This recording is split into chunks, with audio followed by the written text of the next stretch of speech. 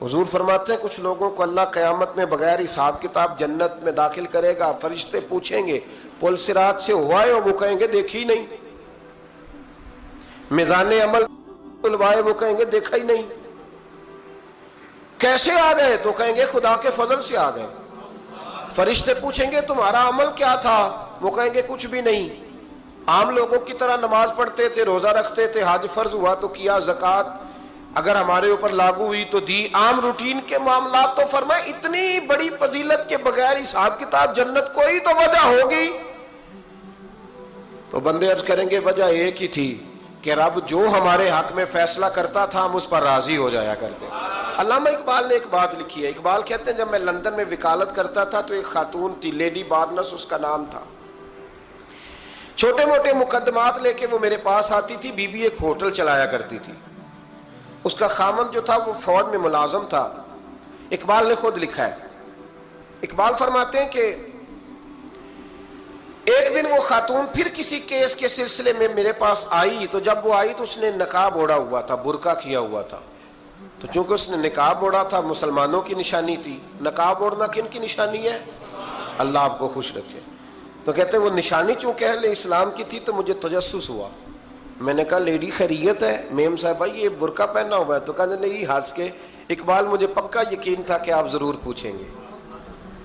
تو میں نے کہا اچھا تو یہ برقع؟ تو کہنے لگی الحمدللہ میں مسلمان ہو گئی۔ تو میں نے فوراً کہا کہ آپ کا شوہر تو فوج میں ملازم ہے، فوجی کے لیے بدلنا اور پھر ملکی قانون اور یہ چیزیں۔ تو کہنے لگی اس نے مجھے کیا کہنا تھا، وہ خود کلمہ پڑھ گیا۔ تو کہتی ہیں میں اور متجسس ہوا، وہ کیس کی بات کرتی تو میرا تجسس بڑھ گیا، میں نے کہا تو کیس چھوڑ کے بتا کلمہ کیسے پڑھا؟ تو کہنے لگی اقبال اصل بات یہ ہے کہ میں نا بے اولاد تھی، خاوند بھی بڑے اچھے پیسے کماتا، میں خود بھی ہوٹل چلاتی، پر ڈپریشن اور ٹینشن اور بلا وجہ کی پریشانیاں جان نہیں چھوڑ۔ یہ ٹینشن اور ڈپریشن کا نا مجھے عربی ترجمہ کوئی نہیں ملا، یہ ڈپریشن اور ٹینشن کا نا میں نے تلاش کیا ہے، لیکن مجھے عربی لغت کے اندر ان کے معنی مجھے لگتا ہے کہ اس زمانے میں یہ چیزیں تھی ہی نہیں، ہوتی تو ان کا کوئی نام بھی، یہ آج ہے نا تو اس لیے آج کے زمانے میں ہی نام ہے مفت کا، مفت کی پریشانی۔ تو کہتی ہے مجھے ٹینشن اور ڈپریشن رہتی تھی ہر وقت، بڑی میں پریشان رہتی تھی۔ میرے ساتھ ایک عجیب واقعہ ہوا کہ میرے ہوٹل میں نا ایک بابا جی برتن مانجتے تھے، بوڑھے آدمی تھے، 70 سال کے قریب عمر تھی، ان کا ایک بیٹا تھا، ایک بہو تھی، ایک پوتا تھا، لیکن وہ بیچارے بیٹا بیمار رہتا تھا تو لہٰذا وہ خود مزدوری کرتے۔ کہتی ہیں ایک دن وہ بابا جی میرے پاس آئے، کہنے لگے میم صاحبہ 2-4 دن کی چھٹی چاہیے۔ تو میں نے کہا خیریت ہے؟ کہنے لگے میڈم میرا بیٹا فوت ہو گیا۔ بیٹا، آپ کو پتہ ہے باپ کا جنازہ پڑھنا آسان ہے، بیٹے کا جنازہ اٹھانا بڑا مشکل کام۔ کہتی ہے میں کچھ لکھ رہی تھی، میرے ہاتھ سے قلم گر گیا، میں نے خود گاڑی بھیجی، بابا جی گاؤں چلے گئے جہاں وہ رہتے تھے۔ کہتی 2-3 دن کے بعد میں اور میرا شوہر گئے تو رستے میں ہم باتیں کر رہے تھے کہ کیا تعزیت کریں گے، ایک ہی بیٹا تھا، کوئی رشتہ دار بھی نہیں، تو اس کی تو کائنات اجڑ گئی، کن لفظوں سے اسے تعزیت کیا کہیں گے؟ کہتے جب ہم گئے تو وہ ٹوٹی ہوئی چٹائی پہ بیٹھا تھا، کچھ لوگ قریب تھے، ہم نے جا کے کہا بابا آپ مسلمان ہیں، ہم آپ کو کیا نصیحت کریں، ایک ہی بیٹا تھا، کہ کس طرح کر کے ہم آپ کو تسلی دیں؟ تو کہتے ہیں اس نے آنکھیں کھولی، بوڑھی آنکھوں میں ایمان کی روشنی،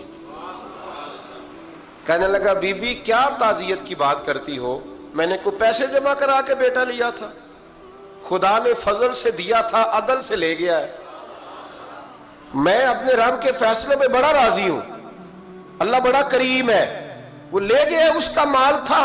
آپ یقین کریں ہمارے دیہاتی لوگ یہ کہا کرتے تھے، میں نے کانوں سے سنا ہے، ایک بوڑھے آدمی کا ایک دفعہ بیٹا فوت ہو گیا تو کسی نے اس سے کہا بابا چھوٹی عمر میں بچہ چلا گیا، تو مجھے لفظ نہیں بھولتے، کہنے لگے پتر اللہ دی فصل ہے، کچی وڈے تاں وی دی ہے۔ سنے آپ نے بھی کبھی یہ فکرہ، کچی وڈے تے پکی لے جائے تے تاں وی ہے جو وہ دی، تو جب اس کا جی چاہا وہ لے گیا۔ اللہ اکبر۔ وہ خاتون کہتی ہے کہ وہ بابا جی سے میں نے کہا کہ چلو آپ 1 مہینے کی چھٹی کر لے، تو کہنے لگا نہیں میڈم میں مسلمان ہوں، مفت کی روٹی نہیں کھاتا، مزدوری کر کے کھاتا ہوں، میں انشاءاللہ 2-3 دن کے بعد کام پہ آ جاؤں گا۔ کہتے ہیں وہ چند دنوں کے بعد آ گیا، اللہ کی قدرت کے ابھی 2-3 ماہ گزرے تھے، پھر آیا، میڈم چھٹی چاہیے کچھ دنوں کی۔ میں نے کہا خیریت ہے؟ کہنے لگے وہ میری بہو بھی ہارٹ اٹیک سے فوت ہو گئی۔ کہتے اب میں بھی تڑپ گئی اور عیسائی ہو کہ میری آنکھوں میں آنسو آ گئے۔ میں نے کہا گھر کا دروازہ بند ہو گیا، اب یہ بیچارہ کیا کرے گا؟ وہ اپنے شوہر کے غم میں ہارٹ اٹیک سے فوت ہو گئی۔ کہتے ہم پھر 2-3 دن کے بعد تعزیت کے لیے گئے، پھر ٹوٹی ہوئی چٹائی، بوڑھا نہ اپنی انگلیوں سے زمین پر کچھ بنا رہا۔ کہتی قریب گئی اور میں نے جا کے کہا بابا اب تو تسلی آپ نے خود ہی کرنی ہے، جو نظام تھا وہ تو ہو گیا۔ تو کہتے ہیں پھر اس نے آنکھیں کھولی، آسمان کی طرف دیکھا تو کہنے لگا بیٹی کوئی پریشانی نہیں، میرا بیٹا بغیر شادی کے بھی تو فوت ہو ہی سکتا تھا نا، بس میرے مالک نے جب چاہا جیسے چاہ ہوا، میں انشاءاللہ 2-4 دن کے بعد کام پہ آؤں گا، یہ میرا 3-4-5 سال کا پوتا ہے، ابھی اسکول داخل ہوا ہے، میں ساتھ لے آؤں گا، وہاں میرے ساتھ اوپر کوارٹر میں جہاں میں رہتا ہوں یہ بھی رہے گا۔ کہتی ہے میں سختے میں آ گئی اس کی کیفیت دیکھ کے، وہ پوتے کو ساتھ لے آیا۔ کبھی کبھی میں دیکھتی چھت پہ کھڑے ہو کے کہ دادا گھوڑا بنا ہوا ہے اور پوتا سواری کر رہا ہے، وہ سویرے اٹھتا اس کو سکول چھوڑ کے آتا، شام کو لے کے آتا، پیار کرتا، محبت کرتا۔ تیسری منزل پر ہم نے ایک کوارٹر دیا ہوا تھا، وہاں دادا پوتا رہتے۔ اللہ تو بڑا بے نیاز ہے۔ کہتی ہے اقبال ایک دن نا پوتا اوپر والی منزل پہ کھیل رہا تھا، اس کا پیر پھسلا، وہ گردن کے بل زمین پہ گرا، مجھے خبر ہوئی تو میں دوڑی، ایمبولینس منگائی، خون سے لتھڑے ہوئے اس بچے کو دادے نے اپنی گود میں رکھا، اور جب ہم ہسپتال کی طرف گئے تو ہاسپٹل بعد میں آیا، جناب اسرائیل پہلے آ گئے، اور کہتے ہیں وہ گود میں دم توڑ گیا۔ پھر دادے نے اسے اپنے ہاتھوں سے غسل دیا، پھر اس نے اپنے بوڑھے ہاتھوں سے قبر کھودی اور پھر مٹی ڈال کے کہنے لگا اِنَّ لِلَّهِ وَإِنَّا إِلَيْهِ رَاجِعُونَ، جے سونا ہی میرے دکھ وچ راضی، جے سونا ہی میرے دکھ وچ راضی۔ پھر سکھ نو چلے ڈاما۔ کہتے ہیں وہ مٹی ڈالی اس نے، اور جب وہ واپس پلٹا تو میں بازو سے تھام کے ہوٹل قریب لائی، اور میں نے اس کے قریب کہا کہ بابا تو ٹوٹ گیا ہے، تو بکھر گیا ہے، مجھے محسوس ہوتا ہے کہ اب نہ تیری راتیں اور تیری صبحیں اور تیری شامیں غموں میں گزریں گی۔ تو کہتے ہیں یوں اس نے ہاتھ رکھے اور یوں آنسو چھٹک دیے، کہنے لگا میڈم کیوں میرے اندر کوئی عقیدہ نہیں، میں کوئی لوارث ہوں، میرا کوئی رب نہیں، میں کیوں پریشان رہوں گا، میں تو پکا ہوا پھل ہوں، تھوڑے دن گزریں گے قبر میں جاؤں گا، اور جب جنت میں جاؤں گا تو اللہ میری بیٹے سے بھی ملاقات کرائے گا، میرے پوتے سے بھی ملاقات کرائے گا، میرا رب ساری ملاقاتیں کرا دے گا، میں اپنے اللہ کی رضا پہ بڑا راضی ہوں۔ وہ خاتون کہتی ہے میرا اور میرے شوہر کا کلیجہ پھٹنے لگا۔ میں نے کہا بابا یہ جذبہ کہاں سے ملتا ہے، یہ سکون کہاں سے آتا ہے، یہ کیفیت کیسے ملتی ہے؟ مجھے کہنے لگا تو نے لینی ہے؟ میں نے کہا، تو کہنے لگا تو بھی گنبد خضرا والے نبی کا کلمہ پڑھ جا، تو بھی رسول اللہ کا کلمہ پڑھ جا۔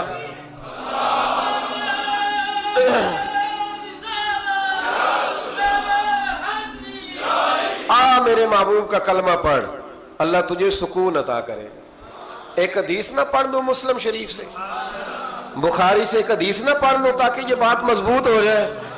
حضرت ابو طلحہ رضی اللہ تعالی، بیٹا شدید بیمار ہے، مزدور آدمی تھے، کئی دنوں سے گھر تھے، بیوی کہنے لگی اگر آپ گھر میں بیٹھے رہیں گے تو کھائیں گے کہاں سے، جاؤ آپ مزدوری کرو، میں بیٹے کو دیکھتی ہوں۔ ابو طلحہ مزدوری کرنے چلے گئے، شام کو آئے تو بیٹا فوت ہو چکا تھا۔ عورتیں بے حوصلہ ہوتی ہیں نا اکثر، پر بیوی نے سفید کپڑا ڈال کے کمرے میں رکھ دیا۔ بیٹا، ماں اور بیٹا کو ناپ تکتا ہے رشتہ، بیٹے میں سفید چادر ڈال کے کمرے میں رکھ دیا۔ حضرت ابو طلحہ انصاری آئے، بیٹے کا کیا حال ہے؟ کہنے لگی اللہ کی رحمت میں ہے۔ اللہ کی، کیسا جملہ ہے، اللہ کی رحمت میں ہے۔ خامد نے کھانا کھایا، بیوی سے ملنے کو دل کیا تو ملاقات ہوئی، فارغ ہو کے بیٹھے تو خاتون اٹھ کے نا خاوند کے قریب گئی، اس کا ہاتھ تھاما، کہنے لگی نبی کریم علیہ السلام کے صحابی ہو، ایک مسئلہ دریافت کرنا تھا، بتاؤ گے؟ کہ پوچھو۔ کہنے لگی اگر کوئی آپ کے پاس امانت رکھوائے اور پھر اپنی امانت واپس مانگے تو کیا کرو گے؟ حضرت ابو طلحہ کہنے لگے پوچھنے والی کیا بات ہے، جس کی امانت ہے واپس کر دیں گے۔ اب زوجہ روئی، اب صبر والی بی بی روئی، اب ماں روئی، آنسو ٹپکے، آنچل سے پوچھ کے کہنے لگی ابو طلحہ وہ بیٹا بھی اللہ کی امانت تھا اور رب اپنی امانت لے گیا ہے، اٹھو غسل کفن کا بندوبست کرو۔ حضرت ابو طلحہ اٹھے، ہامتے کامتے ہاتھوں سے غسل کفن دیا، مسجد نبوی میں پہنچے، محبوب کی بارگاہ میں عرض کیا تو رسول کریم فرمانے لگے تیرے اور تیری بیوی کے عمل سے اللہ بھی بڑا راضی ہے، اللہ کے رسول بھی بڑے راضی ہیں اور اللہ تجھے برکت عطا کرے گا۔ صحابہ کہتے ہیں پھر اللہ نے انہیں 9 بیٹے عطا فرمائے، پھر اللہ نے انہیں اللہ کی رضا پہ راضی رہنا سیکھو، اللہ کے قریب چلے جاؤ گے اللہ کی رضا پہ۔ حضرت سفیان ثوری دعا مانگ رہے تھے، یا اللہ راضی ہو جا، یا اللہ راضی ہو جا، یا اللہ راضی ہو جا، دعا مانگ رہے تھے۔ بی بی رابعہ بصری پردے کے پیچھے بیٹھی تھی، جب دعا لمبی ہو گئی تو کہنے لگی سفیان بس کر، کوئی اگلا لفظ بھی بول، بس کر۔ آپ فرمانے لگے تجھے کیا ہوا؟ تو کہنے لگی تو کب سے کہہ رہا یا اللہ راضی ہو جا، یا اللہ راضی ہو جا، پہلے اپنے دل پہ ہاتھ رکھ کے بتا تو اللہ سے راضی ہے؟ تو راضی ہے اللہ سے؟ تو روز نہیں کہتا پیسے نہیں ہے میرے پاس مجھے دے، تو روز نہیں کہتا یا اللہ فلانی چیز کوئی نہیں دے، اے اللہ فلاں کو دے دیا مجھے کیوں نہیں دیتا معاذ اللہ، تو روز شکوے نہیں کرتا؟ فرمایا پہلے تو راضی ہو جا۔ ترمذی شریف کی حدیث ہے، میرے نبی کریم علیہ السلام نے فرمایا تم اللہ کے دیے ہوئے تھوڑے رزق پہ راضی ہو جاؤ، اللہ تمہاری تھوڑی عبادت سے راضی ہو جائے۔